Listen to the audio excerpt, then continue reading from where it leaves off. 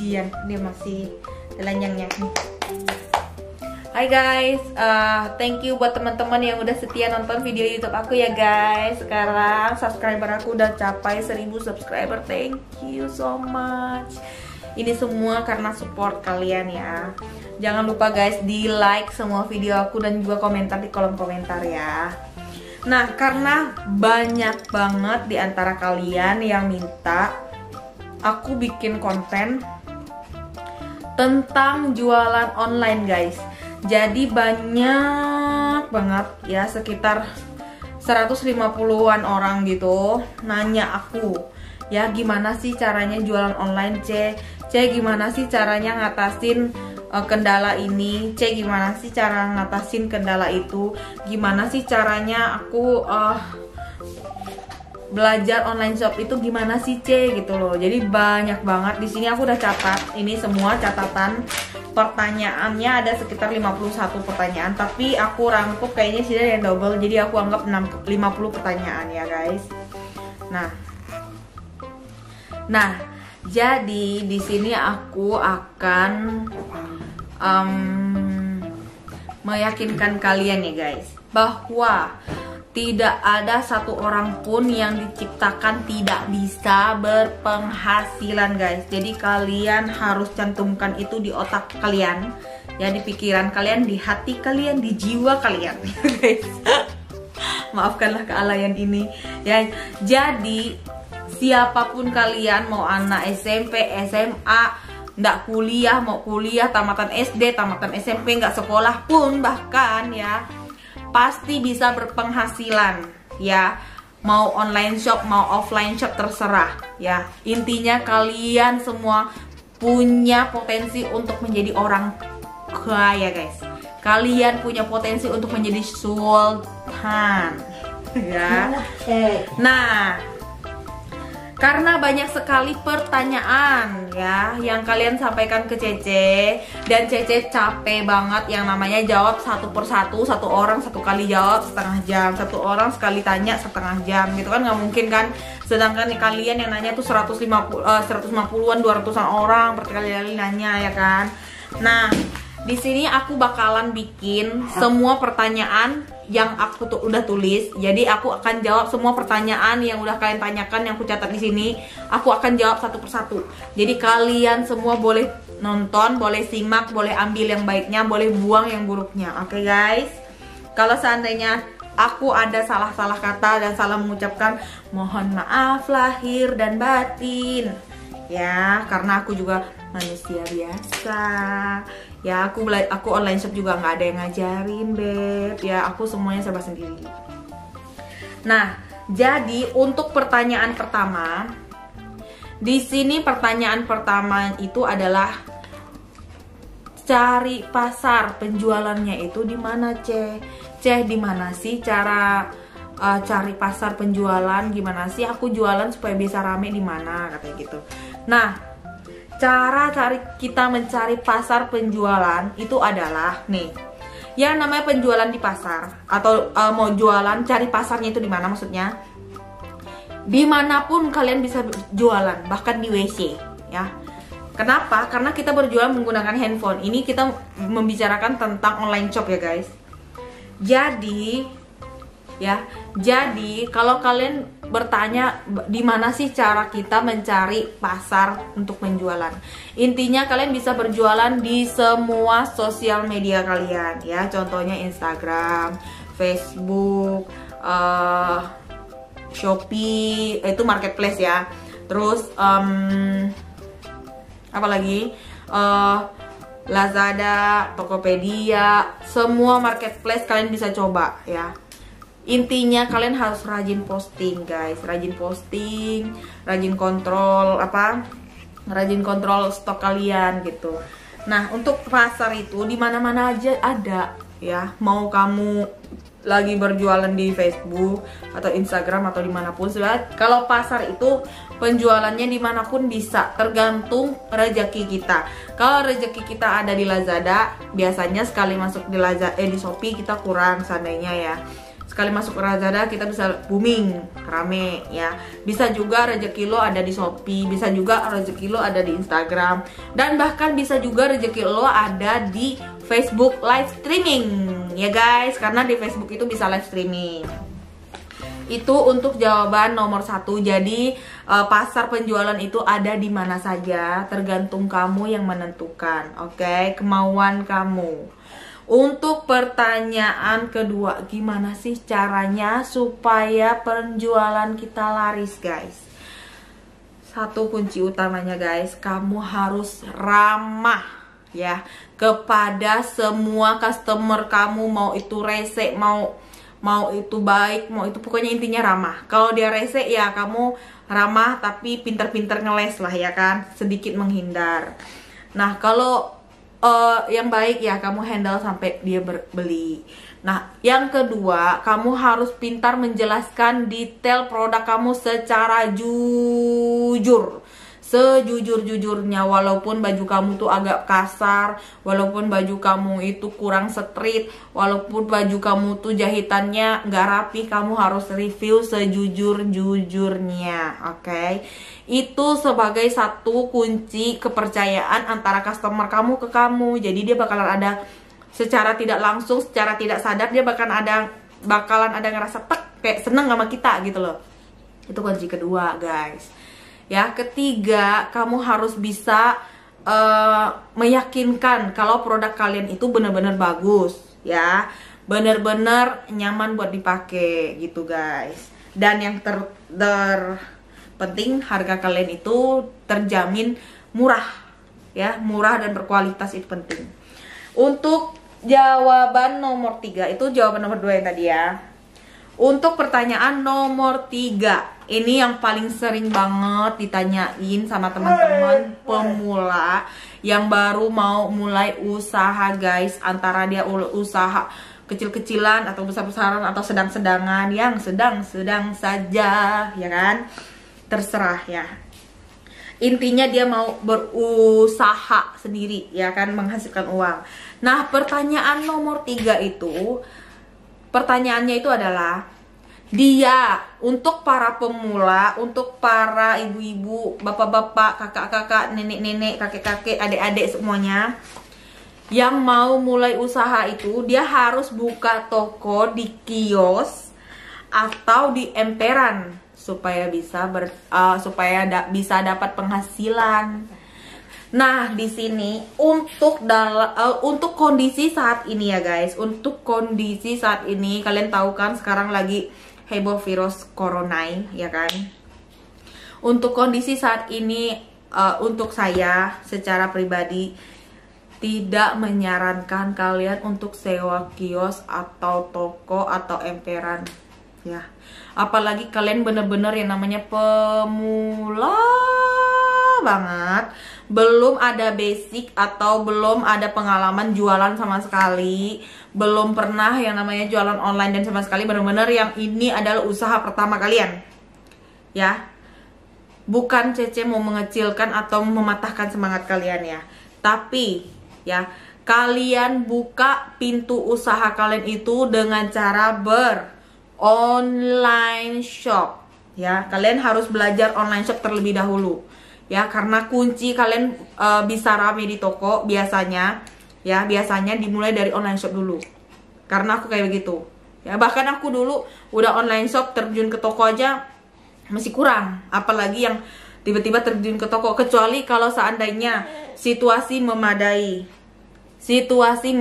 Tapi ini kan kondisi seperti ini kan tidak memadai ya kan, orang-orang tidak bisa keluar ke sana ke sini, apalagi yang namanya ke toko buat nyari baju tuh susah, jarang banget ya kan.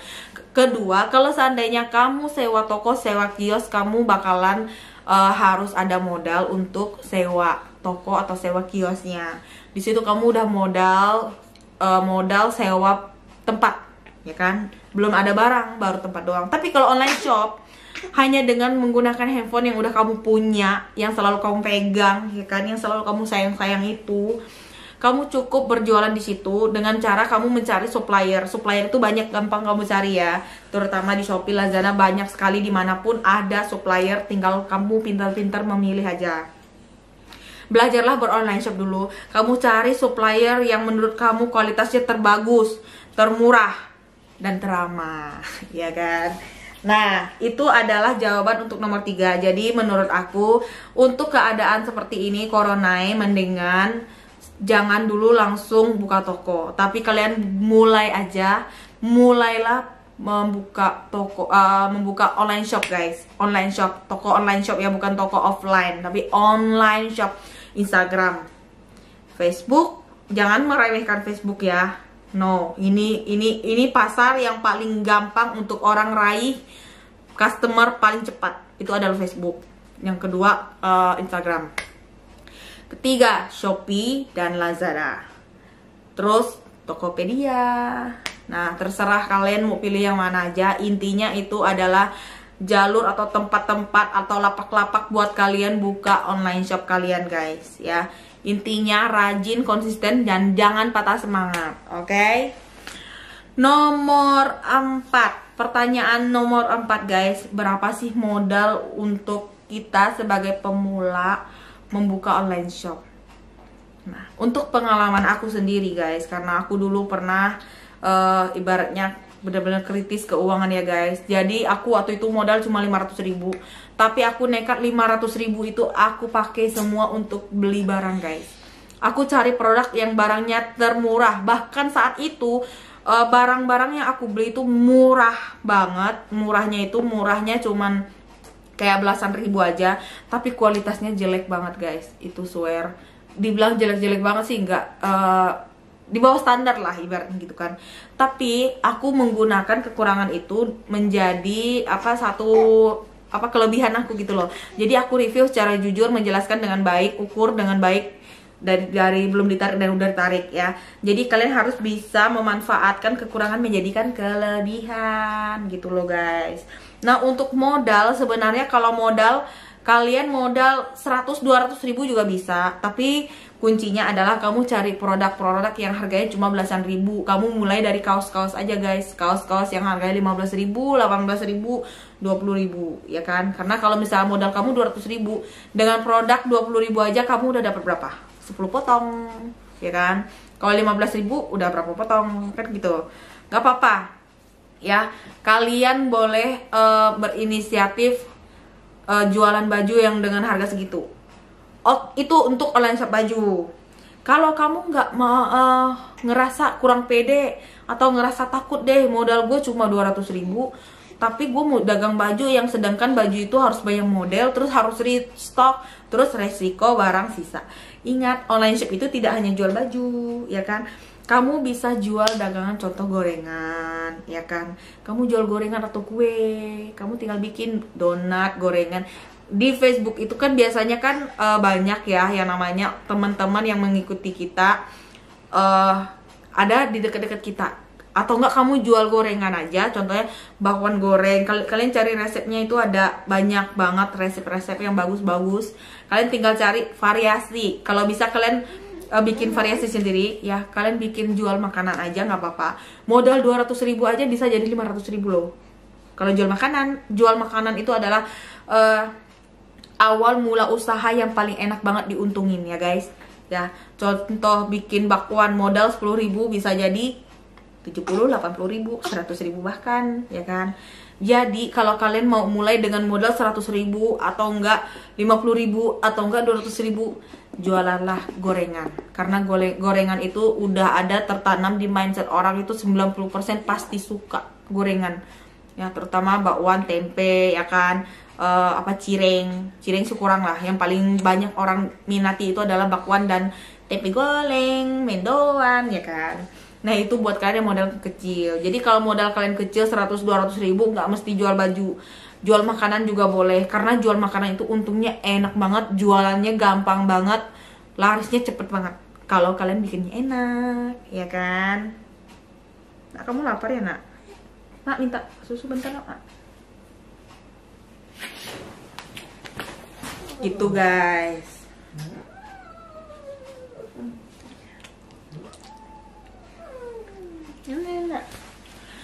Nah, untuk pertanyaan selanjutnya ya, jawaban nomor 4 udah aku jawab secara detail ya guys. Untuk pertanyaan nomor 5-nya guys, gimana sih cara mengiklankan produk kita di online Itu gampang banget guys. Kalian cukup sering-sering share produk kalian ya. Walaupun produk kalian tadi udah upload, nggak apa-apa, di-upload lagi. Udah upload lagi, karena orang yang main sosmed itu bukan hanya orang itu aja, tapi banyak, ribuan, ratusan, bahkan jutaan ya guys. Jadi sering-seringlah upload dan re-upload produk-produk yang kalian punya ya, kalau kalian punya stok. Kalau nggak punya stok juga nggak apa-apa. Semakin banyak model baju yang kalian punya, semakin besar kemungkinan kalian untuk mendapatkan customer guys. Karena semakin banyak kalian kayak melebarkan jaring,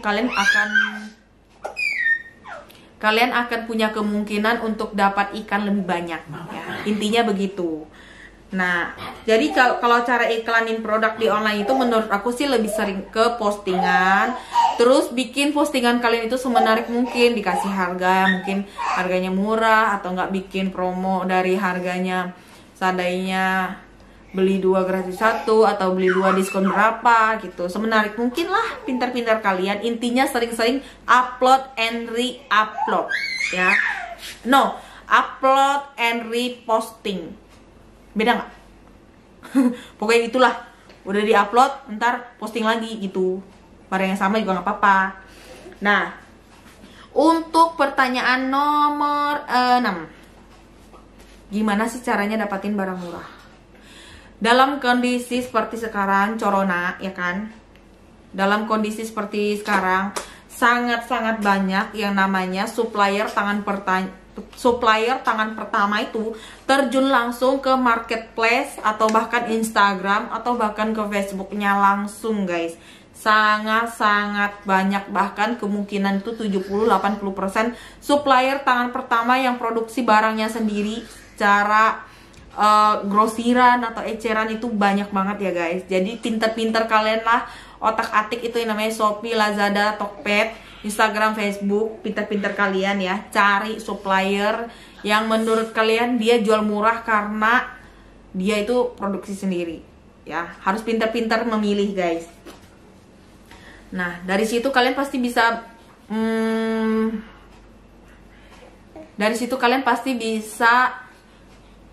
memilah guys, yang mana kira-kira barangnya lebih murah dari A, barang ini lebih murah dari B. Apalagi di Shopee itu paling gampang banget, bisa difilter ya kan, barang termurah. Itu jawaban untuk nomor 6 guys.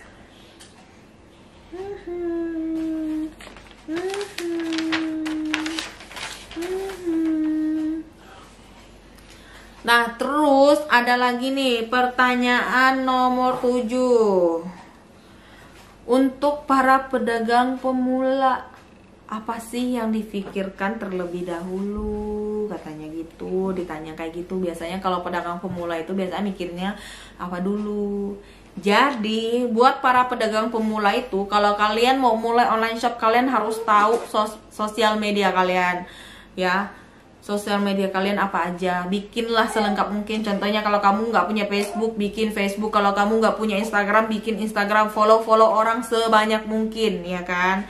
Sepintar-pintarnya kamu follow ikut-ikut, follow ikut-ikut gitu kan. Sebanyak mungkin, sepintar-pintarnya lah. Ikutin grup-grup pedagang ini, ikutin grup-grup pedagang itu di Facebook, banyak banget ya kan. Itu pintar-pintar kamu nyarinya di sosmed. Terus sama juga di marketplace ya. Jadi yang dipikirkan itu adalah lapak tempat penjualannya dulu. Lapaknya dulu di mana gitu. Itu yang paling terpenting. Sayang. Kedua, barang-barang produk kalian harus murah meriah tapi kualitas bagus. Oke, itu jawaban nomor 7. Pedagang pemula yang harus terlebih dipikirkan itu adalah lapak atau tempat di mana kalian harus mulai posting-postingan guys, karena di sini ceritanya pedagang pemula online shop, oke? Terus pertanyaan nomor 8. Di sini apa aja kendala penjual online? Ya, kita lanjut ke pertanyaan nomor 8 ya. Gimana sih cara supaya dagangan kita itu laris tapi minimalisir resiko? Nah, buat kalian yang mau banget yang namanya jualan online tapi nggak pengen beresiko stok barang, banyak sisa barang yang nggak kejual, itu kalian bisa menggunakan sistem dropship. Ya, sistem dropship itu supplier kamu menyediakan barang dan kamu menjual produknya dengan cara mengambil foto, terus menaikkan harga untuk keuntungan kamu. Contoh kamu naikin 5.000 atau berapa terserah.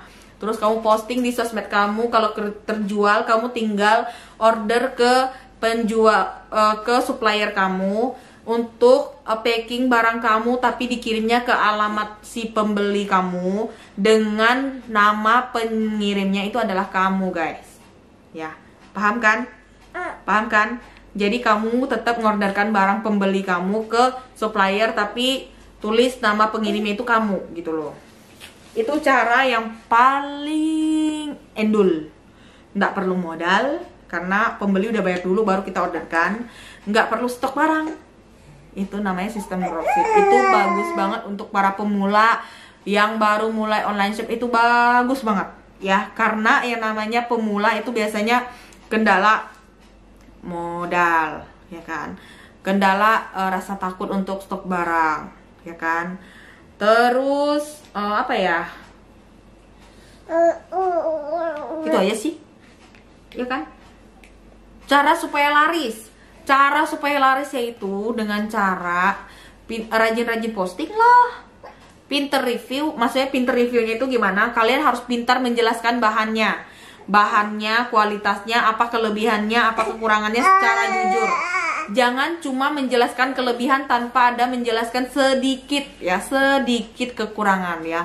Karena kalau kita cuma menjelaskan kelebihan itu udah banyak digunakan orang, tapi kalau kalian menjelaskan sedikit kekurangan, orang pasti akan mengerti. Oh, nggak apa-apa kok kalau aku kekurangannya cuma di sini. Oh, nggak apa-apa kok aku kekurangannya cuma di situ.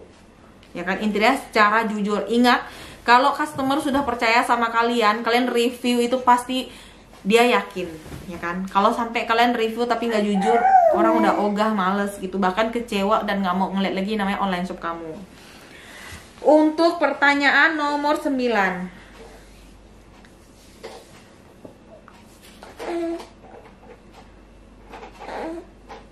untuk pertanyaan nomor 9,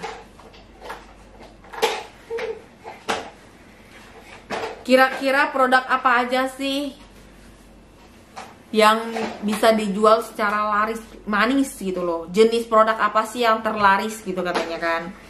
Nah, untuk pertanyaan nomor 9 ini, produk yang paling terlaris itu adalah sementara di pakaian, guys. Pakaian dewasa yang all size. Kenapa all size? Karena dia nggak bakalan kena yang namanya mati ukuran.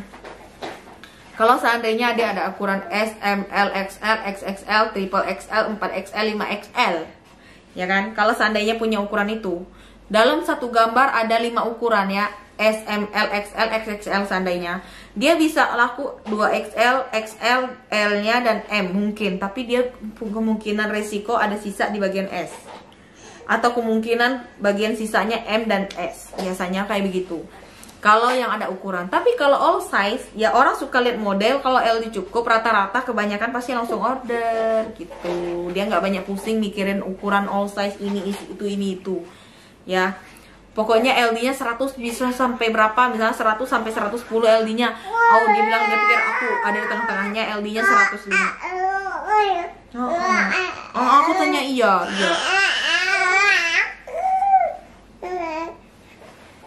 Iya kak, LD-nya 105 kak. Dede LD-nya berapa? Betul dia bilang. Nah, jadi untuk kalian yang pemula, carilah produk tanpa size, ya, alias all size. Atau enggak, jangan bilang gimana deh. Atau enggak gini, kalau misalnya ada size, kalian ngambil size yang paling banyak mayoritas orang order. Contohnya size L. Size L bisa dipakai untuk size M dan L, ya kan? Tapi kalau size M nggak bisa untuk pakai L, hanya bisa untuk size M. sedangkan size S aja jarang banget orang ambil. Paling bagus kalian ambil size L atau enggak XL, itu bagus banget.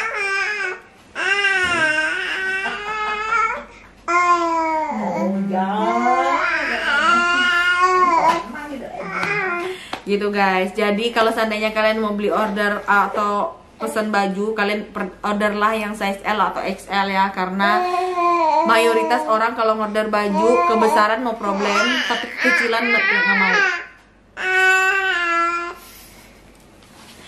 Iya nak. Makasih jawabannya nakku. Bantu jawab ya nakku. Makasih sayang. Gitu guys. Nah jadi kalau untuk jenis produk terlaris itu adalah baju. Itu udah pasti baju cewek dan cowok ya guys. Terus yang terlaris kedua itu adalah tas ya.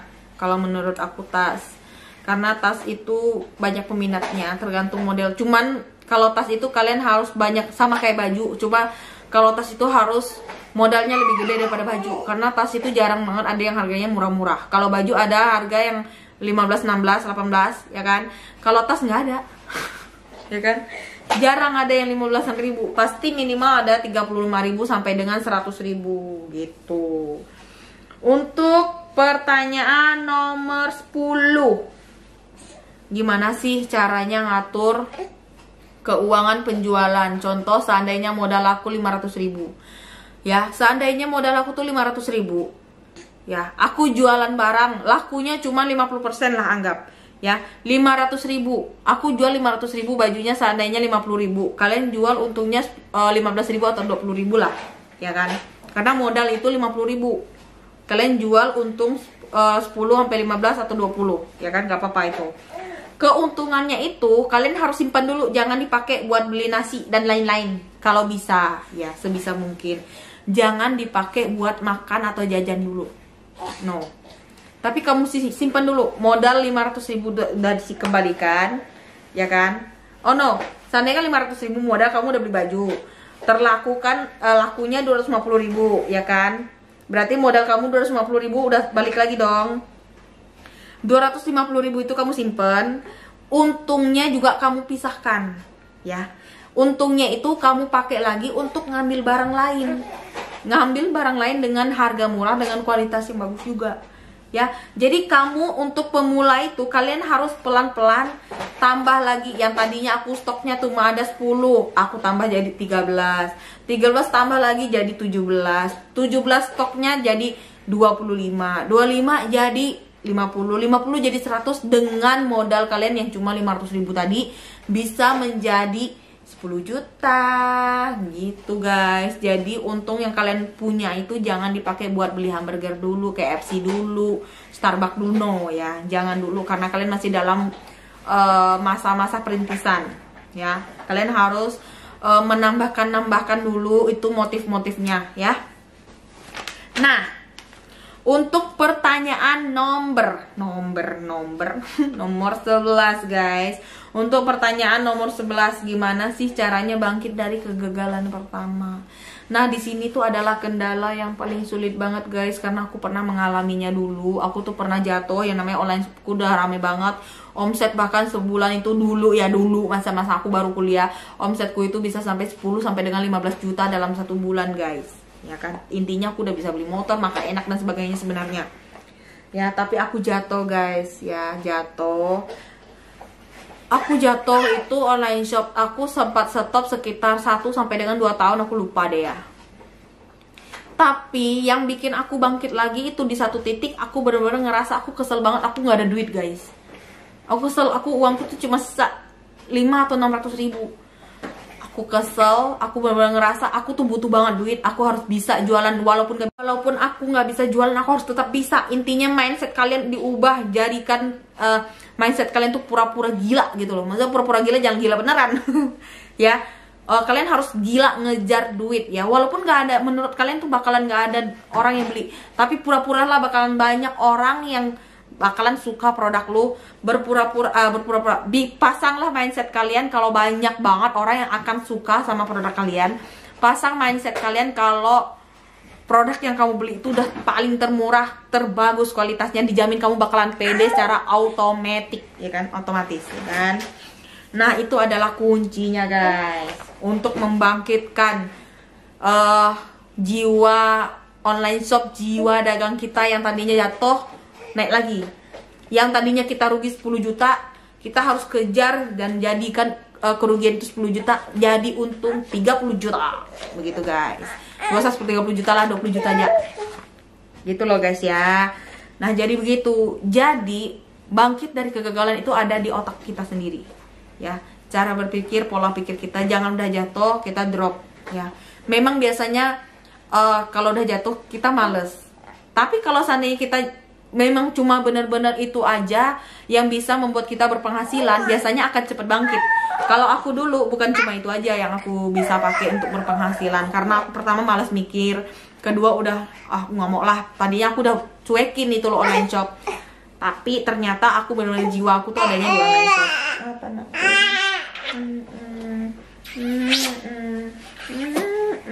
Begitu guys. Jadi untuk bangkit dari kegagalan itu adalah mindset dari pikiran kalian sendiri. Kamu pasti bisa, bahkan yang tamat SD nggak sekolah pun bisa jualan guys. Masa kamu yang tamat SMA, kuliah, S1, S2 nggak bisa? Kamu pasti bisa. Intinya di otak kamu, kamu pasti bisa. Tak mungkin tak bisa. Untuk pertanyaan selanjutnya, pertanyaan nomor 12 guys. Ini pertanyaan untuk para Shopee seller ya, yang menjual produknya dengan cara nge-host. Yang jual produk-produknya dengan cara nge-host guys. Di sini dia bertanya, gimana sih caranya nge-host biar menarik? Kuncinya adalah 1 PD. Kamu harus PD, 2 bawel. Bawelnya itu bawel yang bermanfaat ya guys, jangan bawel kayak orang gila ya kan. Bawelnya itu bawel yang bermanfaat, ketiga ramah, dan keempat kamu harus pintar-pintar menjelaskan produk yang kalian jual itu sejujur dan semeyakinkan semungkin-mungkinnya ya guys. Jadi caranya itu seperti itu. Untuk pertanyaan nomor 13, motivasi diri untuk berjualan. Motivasi diri untuk berjualan intinya aku pengen punya banyak duit, aku pengen kaya, aku pengen bisa makan enak sesuka hati. Itu kalau aku ya guys, karena aku dulu pernah punya pengalaman yang kurang mantep guys, agak susah makan gitu loh. Tapi itu hanyalah pengalaman. Jadi aku dulu motivasikan diri aku pengen, udah bisa makan dulu, cita-cita aku pengen bisa makan burger, spaghetti, pizza sesuka hati ya, sama Starbucks guys. Dan sekarang aku bisa menikmatinya semua itu guys. Pizza aku kalau pengen makan tinggal ngorder, Starbucks aku kalau pengen tinggal ngojek, kalau enggak tinggal cus pergi dan ngorder. Jadi motivasikan diri kalau kalian tuh benar-benar udah di ujung tanduk, nggak ada duit. Intinya itu ya, kalian pasti bisa berjualan. Kalau kalian udah berpikir, kalau kalian udah pasang mindset kalian itu berada di ujung tanduk, nggak ada duit sama sekali ya kan, bahkan banteng pun akan terpental sama kalian ya kan, karena kalian pinter sekali ngajar omset begincong ya kan. Maafkanlah kealayan ini ya guys. Untuk pertanyaan nomor 16, bagaimana jika tidak laku penjualannya? Ini adalah pertanyaan orang yang biasanya negative thinking, terlalu tidak pede ya kan. Bagaimana jika penjualannya nggak laku? Belum jualan kamu udah berpikir tidak laku. Ingat, untuk semua ya, tidak peduli, aku tidak membicarakan soal agama ya, pasti kita pernah yang namanya belajar iman ya kan. Kita harus mengimani kalau barang dagangan saya ini pasti laku, barang dagangan saya ini pasti habis, laris, manis, tanjong, timbul, nggak tau kayak gimana itu, pokoknya gitulah ya. Intinya kalian jangan pernah nih berpikiran gimana kalau nggak laku, gimana ya kalau dagangan nggak laku. Nggak ada dagangan yang nggak laku kalau kalian udah berusaha keras untuk selalu posting dan reposting ya kan. Jangan pernah berpikir seperti ini. Karena aku dulu, bayangkan aku yang udah lama banget nggak pernah online shop loh guys. Aku sell barang loh. Intinya kalian harus jual produk, nggak perlu untuk banyak-banyak. Intinya ada orang beli dulu. Itu kunci pertamanya ya. Kalian harus pede, Harus yakin kalau barang kalian itu bagus. Harus yakin kalau barang kalian itu harganya murah, kualitasnya bagus. Pasti laku. Itu ya guys. Kalau seandainya ada orang bilang, ah harga lu mahal, ah kualitas lu jelek, cuekin aja. Cuma satu orang yang ngomong gitu, itu anggap aja dia ngiri guys sama lo. Karena ada 1001 cara orang iri untuk menjatuhkan kita ya. Ingat. Next, pertanyaan selanjutnya ya. Aku nggak tahu pertanyaan keberapa. Perbedaan dan keuntungan penjualan online dan offline itu apa? Jadi perbedaan dan keuntungannya penjualan di offline dan online itu sekarang dalam kondisi seperti ini tuh sangatlah jauh banget ya guys. Jadi untuk jualan offline sekarang, satu, harus bayar sewa. Online shop tidak perlu bayar sewa toko. Sedangkan sewa toko itu biasanya udah 40 jutaan, 30 jutaan, paling murah paling 20 juta. Ya, kalau di emperan mungkin ada ya yang 5-6 juta, aku nggak tahu deh. Pokoknya biasanya modalnya lumayan gede untuk tempat. Kalau di offline ada sewa tempat, di online shop nggak perlu, paling kuota. Nah, kedua, kalau di toko offline kamu harus restock super duper banyak stok barang, ya kan? Kalau offline tidak harus dan tidak mengharuskan, ya. Tidak mengharuskan kamu untuk stok barang, ya guys, karena kamu bisa menggunakan sistem dropship, oke? Ya kan? Kalau kamu mau stok barang juga boleh, tapi tidak terlalu banyak gitu loh. Kalian boleh stok dikit, yang penting banyak model. Nah, terus keuntungannya online bisa dijangkau seluruh Indonesia, bahkan dunia, tergantung kamu jualnya di mana, ya kan? Kalau offline cuma di situ-situ aja. Kalau di pasar Gembrong ya pasar Gembrong, pasar Gambreng ya pasar Gambreng, ya kan? Pasar Gondrong ya di pasar Gondrong, paling customernya, ya enggak? Kalau online shop di seluruh Indonesia, kamu ada di Jakarta, seluruh Indonesia belanja sama kamu. Kamu ada di Semarang, seluruh Indonesia belanja sama kamu, ya kan? Kamu ada di Jawa, seluruh Indonesia belanja sama kamu. Jadi jaringan lebih banyak, lebih memungkinkan adalah online shop. Oke? Nah, keempat apa kelima apa ketiga aku lupa. Nah selanjutnya itu keuntungan online shop adalah apa ya? Baju kita nggak usah dicoba-coba orang loh, beb. Ya kadang-kadang baju kita yang warna putih dicoba-coba orang, kena segala daki lah, bedak lah, apal dempul lah, jadilah kuning, jadinya barang itu jadi reject, ya kan? Baju kita yang size M dicoba sama yang si gondol, ya kan? Size M dicobain sama yang size XL, bajunya jadi melar, jadilah barang reject, ya kan? Itu kekurangannya kalau toko offline. Tapi kalau online gak usah dicoba, lu cukup tanya ukuran LD lu berapa, kita kasih tahu, udah deal, beli, ya gitu guys. Itu adalah baru sebagian ya, kekurangan dan kelebihannya antara penjualan di online shop dan di offline shop. Ya, itu baru sebagian karena ini masih banyak banget pertanyaannya.